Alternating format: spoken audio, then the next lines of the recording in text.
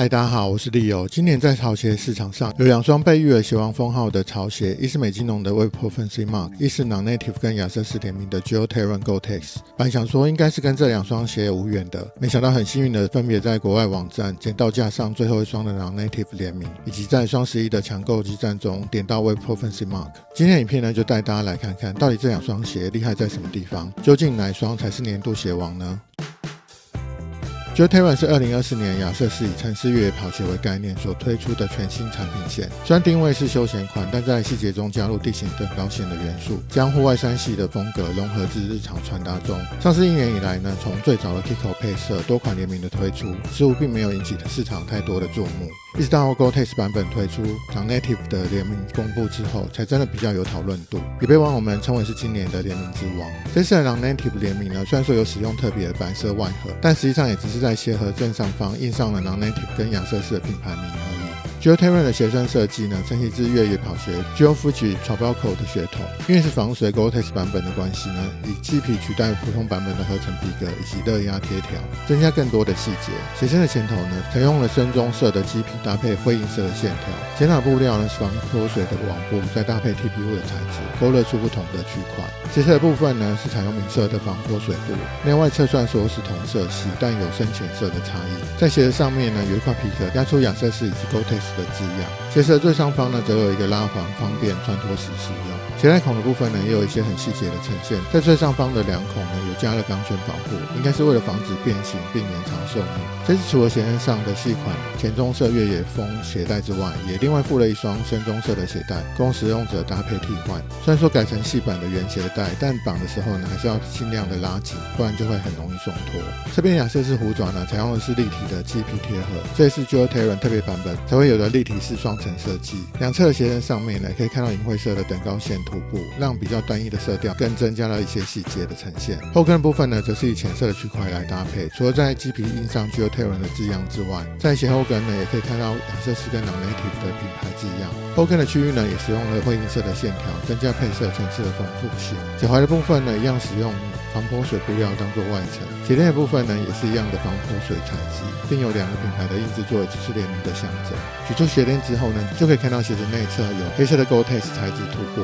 而中底的部分呢是延续鞋身设计相同深浅两色的色调，侧面呢有 Friend Foam 的字样，在后跟处呢则可以看到这次用的是完全透明的亚瑟胶，为鞋身呢增添了一种利落感，并增加日常穿搭的舒适性。而大底呢一样采用双色的色调，除了在中间呢有印上亚瑟士的字样之外呢，也采用了亚瑟士惯用的 AHAR Plus 大底，增加耐磨性。尺寸的选择上呢，以我自己目前试过几个配色版本的经验， Geo-Terran 的版型呢是有比较偏小一点，奶原尺的话呢会比较挤脚之外，脚背部分呢也会有很强的压迫感。大概只有 Kiko 配色版本呢，因为前掌部分比较宽一些，所以原尺还算是可以穿的。这次 Non-Native 联名版呢，因为也是 Gore-Tex 版本的关系呢，我就直接拿大半号了。新鞋刚穿的感觉呢也是比较贴合一些，大概穿着一阵子之后，鞋内的空间感出来就会比较宽松舒适。而脚感的部分呢，因为大底是一直支撑性跑鞋 GT2800 代的设计，再加上中底呢是以全掌 Flash Foam 为主轴，并在前后掌置入亚瑟胶的关系呢，个人感觉呢是没有像刚接触 GTA60时的那么硬派，反而会有一些轻微的缓震感。整体的穿着感呢还蛮舒适的，而且也非常适合日常或是通勤使用。这次棕色调配色呢其实还蛮吃现场光线的，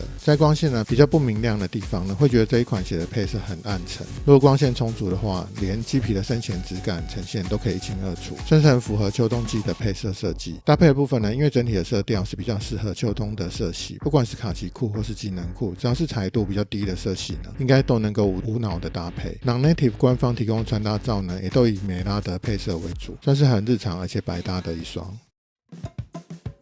第二款 Web Prophecy Mark 呢，则是美津浓联手 Mountain Research 负责人小林杰正亲自监修复刻的新作。Web Prophecy Mark 呢，在2023年底推出的时候呢，迅速在穿搭以及潮鞋界掀起了热潮。而今年上半年黑色皮革款补货的时候呢，相信大家都有感受到市面上一鞋难求的热度。在今年秋天呢，全新推出了麂皮双配色版本，一公告之后呢，又再度引起市场的高度注目。而台湾呢，也比全球上市的时间再晚一点点，搭配双11的活动，吸引鞋迷们抢抢购。这次呢，我也很幸运的在购物网站上面点到了灰褐色的版本。向来手速比较慢的我，这次竟然会点到。结完账时呢，真的手还在发抖。这次包装呢是使用美津浓普盒的版本，并没有另外设计特盒。而 Web Performance Mark 的设计呢，采用改良式的莫卡辛皮鞋为主要外观，再搭配使用 Web Performance 的中底，提供了比皮鞋更加舒适的穿着感。这次灰褐色版本呢，鞋身采用很一致的色调，漆皮材质使用呢，让整体鞋款的感觉并没有黑色皮质款那么正式，增添了更加休闲的感觉。在前两处呢，也很简单的，只有使用2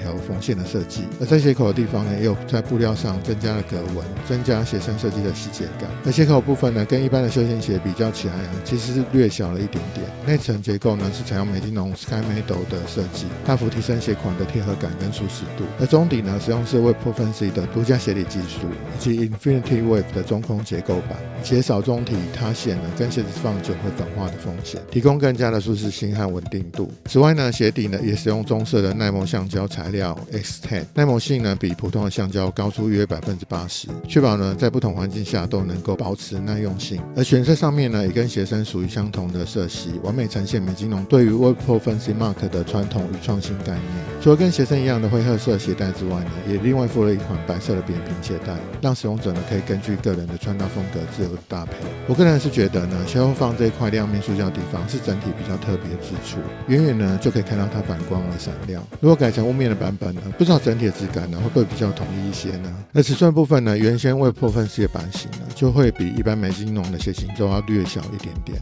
这次改成 Mark 的版本呢也是一样，尤其入口处的地方呢，其实是比普通的船型鞋还要窄的。以目前我穿美津浓的鞋款呢，都要拿大半号29公分比较舒适的状况来看，这次台湾上市的尺寸呢，最大也只有到29公分，穿起来呢是蛮贴合的。但是经过一阵子的穿着之后呢，就会比较习惯内侧那个贴合的感觉。如果喜欢穿宽松的朋友呢，就可能要拿到大1号了。而脚感部分呢，这也算是我第一次穿 Web Performance 中底的鞋子。先前有看到朋友反映说，在脚跟处呢会有略略的凸起异物感，像是有什么东西顶在你的脚跟处一样。的确，如果穿比较薄的袜子的时候呢，感觉会比较明显。换成厚袜之后呢，这个异物感就会消失了。而特殊设计的波浪形中底呢，具有良好的缓震支撑功能，稳定中呢持续提供支撑。不过呢，也因为要一直出力去平衡的关系呢，在9正9走的使用场景下，反而会因为脚要一直出力，短暂的穿着是舒适的，但久走的话呢，反而会让人觉得有些疲累感。而搭配的部分呢，这款灰褐色的休闲鞋呢，不管是深色的降落伞裤，或是略微修身一点的9分裤，搭起来都没有问题。就算是夏天穿着短裤，也能够穿出属于自己的风格。